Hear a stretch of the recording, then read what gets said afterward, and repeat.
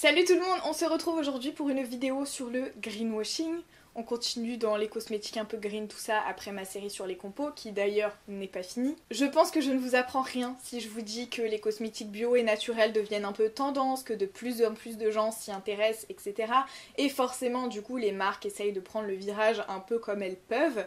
Et le greenwashing, c'est un truc qui me tracasse depuis pas mal de temps, notamment avec les campagnes d'Yves Rocher, puisque si vous ne le savez pas, tous les trucs un peu naturels, tout ça. Alors ils avaient une gamme bio à un moment, je sais pas si c'est toujours le cas, mais bon bref, Yves Rocher fait beaucoup de campagnes sur le naturel, etc. alors que les compositions suivent pas forcément.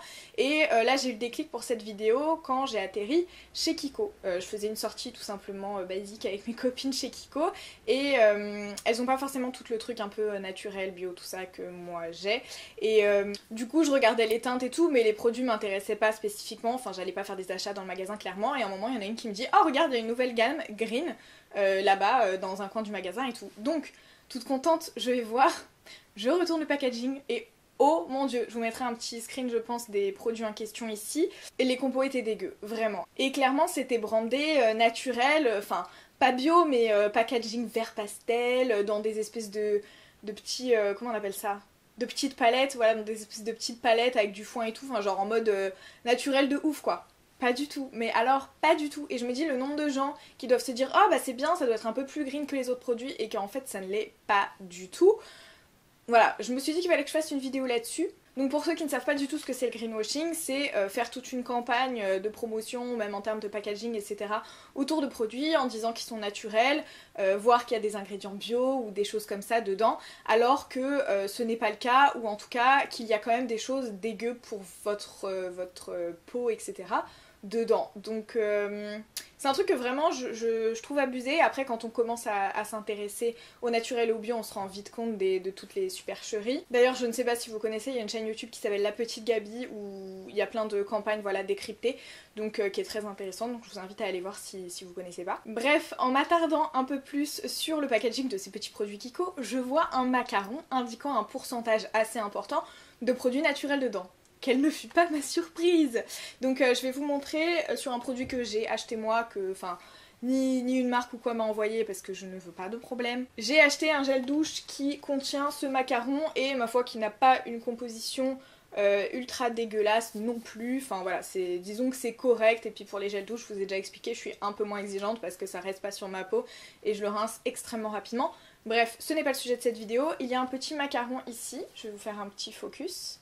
Là, où il y a un pourcentage d'ingrédients d'origine naturelle qui est indiqué. Donc là, à savoir 96% d'origine naturelle. Le fait que le packaging soit vert, c'est totalement une coïncidence, hein. C'est juste par rapport au fait qu'il y a de l'amande douce dedans. Mais j'en ai un autre à la figue qui est totalement rose, donc voilà, c'est vraiment pas une volonté de leur part. Enfin en tout cas, bon, vous allez me dire, la marque s'appelle En Nature et Moi, voilà, à l'extrait d'amande douce bio de Provence. Bon voilà, on est quand même sur un truc assez problématique parce que la compo n'est pas du tout bio et voilà. Mais moi j'ai lu la liste des ingrédients, ça me convient, j'ai fait le choix, voilà, je veux dire je me suis pas fait embobiner ou quoi que ce soit. Donc ce petit macaron est issu d'une nouvelle norme que l'UE a adoptée. Alors j'ai mes petites notes en dessous, je vais pas vous dire de bêtises donc je vais les consulter. Donc en janvier 2018, donc c'est il y a un petit moment maintenant, mais le temps que ce soit intégré sur les packaging, etc. ça prend forcément un peu plus de temps. En janvier 2018, l'Union Européenne a adopté la norme ISO 16128. Donc c'est pas un label du type EcoCert ou Cosme Bio avec des exigences particulières en termes de pourcentage de produits bio, etc. dedans, mais ça permet tout simplement un calcul pour les indices de naturalité des ingrédients dans les formulations des produits cosmétiques. Et ça donne notamment l'autorisation de mettre sur les packaging des produits ce petit macaron, avec un pourcentage calculé grâce à cette norme. Le problème, c'est que clairement cette norme, le mode de calcul c'est abusé. Dans la composition, un ingrédient est considéré comme dérivé naturel dès lors qu'il contient plus de 50% de matières premières naturelles.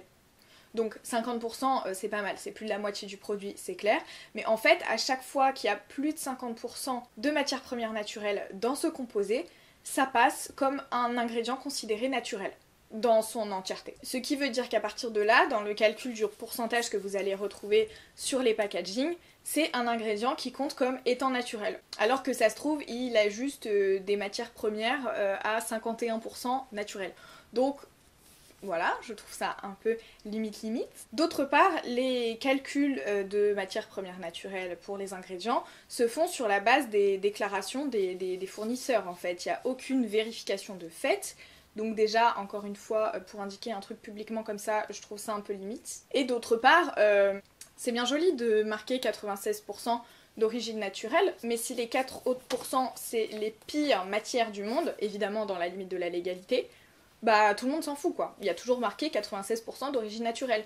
Donc en termes de je vous embrouille le cerveau niveau ni connu si vous voulez faire des efforts dans la naturalité de vos produits, ça se pose là quoi, clairement. Ouais, là, en dehors du cadre, là-haut. C'est tout pour moi, je pense que j'ai fait le tour de la question, en tout cas en ce qui concerne cette norme, parce que sur le greenwashing il y aurait tellement plus à dire. Mais bon voilà, sur cette norme, je pense que j'ai fait à peu près le tour. C'était juste pour vous dire de vous méfier de ce petit macaron de naturalité qui n'est pas forcément hyper méga fiable et que si vous voulez faire attention à vos produits cosmétiques, à leur composition, etc., je vous invite à apprendre à lire les étiquettes en fait derrière les produits plutôt que de vous fier à ce genre d'argument marketing. Et voilà, j'espère que cette vidéo vous a plu. Si c'est le cas, n'hésitez pas à la liker. Et si vous voulez voir d'autres vidéos de ce style, je vous invite à vous abonner à la chaîne. Et moi, en attendant la prochaine vidéo, je vous fais des bisous.